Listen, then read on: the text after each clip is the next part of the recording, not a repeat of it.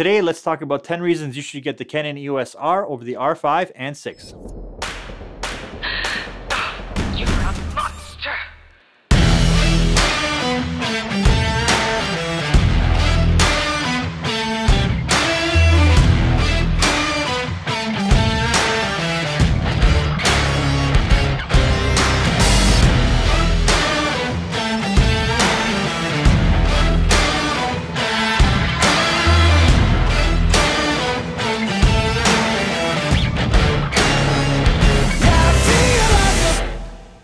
Hey guys, I'm Raphael and welcome to the channel where our goal is to always fix it in camera and then finesse it in post. I always appreciate the early thumbs up on the videos because the Canon EOS R is awesome. And specifically, it's a better choice right now than the R5 and the R6. So here are my 10 main reasons. First off, the price. It is almost $1,000 less than the R6 and $2,000 less than the R5.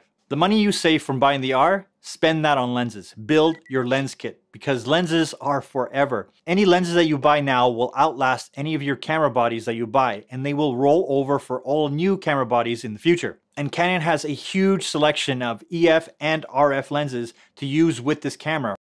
And this becomes really important when you look at the entire specs of all three cameras.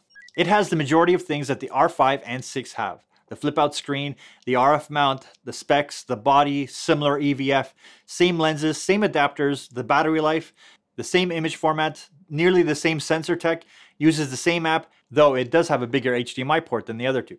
And speaking of the sensor, this actually has a bigger sensor than the R6 with the 30 megapixel sensor, which is the exact same as the 5D Mark IV. So the image quality is actually better than the R6. And especially if your main focus is photos, this is a great choice over the R6 just for the sensor size. The R also has great autofocus and eye tracking and focus tracking. So the only thing that it doesn't have to the R and R6 is the animal eye tracking. But if you don't need that, then it's not really a downside.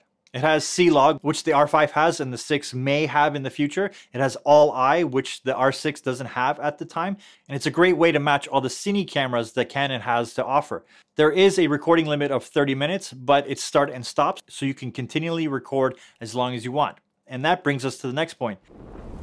No overheating. So I've taken the R with me into many different conditions, into the extreme cold and into heat. And thus far, a year into owning this camera, I have not had any issues regarding heat, time limits, or anything. I've been using this consistently and I've taken it everywhere. And it's built like a tank. It is water sealed. This camera has been thrown around quite a bit and has survived everything and is still working perfectly to this day, a year into it. The 4K crop. Now, a lot of people say that this is a downside or a quirk of the camera that a lot of people don't like. But I actually like this because it's like having a speed booster built into the camera where it extends the focal range of most of my lenses.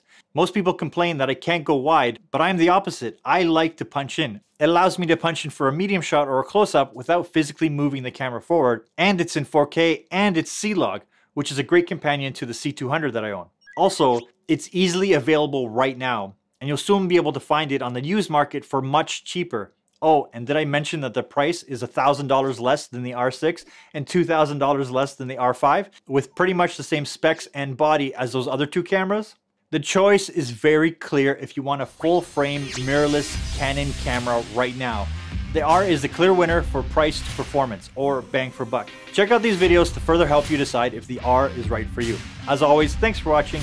Give this video a big thumbs up. Subscribe. I'm Raphael. I'll talk to you soon. Bye for now.